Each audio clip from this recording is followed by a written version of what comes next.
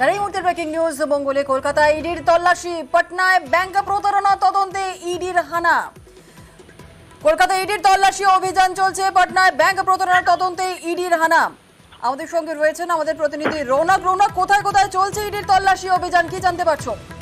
দেখো, এখনো পর্যন্ত হোটেল ব্যবসায়ী অভিনন্দন প্রসাদ বর্মা এবং রাহুল বর্মার যে আবাসন, এছাড়াও তাদের গোদরেজ ওয়াটার স্লাইডের যে অফিস এবং আরো একটি রাজারহাটে তাদের আবাসন রয়েছে। মোট 3টি জায়গায় কেন্দ্রীয় ইডি অর্থাৎ এনফোর্সমেন্ট ডিরেক্টরের তরফ থেকে তল্লাশি অভিযান চালানো হচ্ছে। মূলত যেটা জানা যাচ্ছে যে আর্থিক প্রতারণা মামলাকে সামনে রেখে এই অভিযান এবং বাইরের ইডির আধিকারিকরা এসেছেন, অর্থাৎ পাটনার একটি ইডির আধিকারিকের টিম এসেছে এবং বাংলার ইডির অফিসাররা রয়েছেন, তারা কিন্তু যৌথভাবে এই অভিযান চালাচ্ছে। এবং যেটা জানা যাচ্ছে, এই যে হোটেল ব্যবসায়ী, তাদের একাধিক হোটেল রয়েছে দীঘা, পুরী, দার্জিলিং এবং বিভিন্ন জায়গায় বহু হোটেল রয়েছে, আর্থিক প্রতারণার সঙ্গে যুক্ত রয়েছেন তারা, এমনটাই সামনে উঠে আসছে।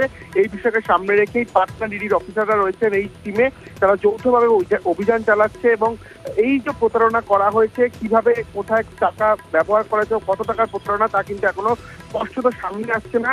তাদের যে আবাসন রয়েছে একটি মহিষবাতিতে এবং অন্য একটি নিউ টাউনে, দুটি আবাসনে কিন্তু ইডির টিম গেছে। এছাড়াও তাদের গোদরেজ ওয়াটার স্লাইডে অফিস রয়েছে, সেই অফিসেও কিন্তু হানা দিয়েছে এনফোর্সমেন্ট ডিরেক্টরেট। এখনো কিন্তু অভিযান চলছে।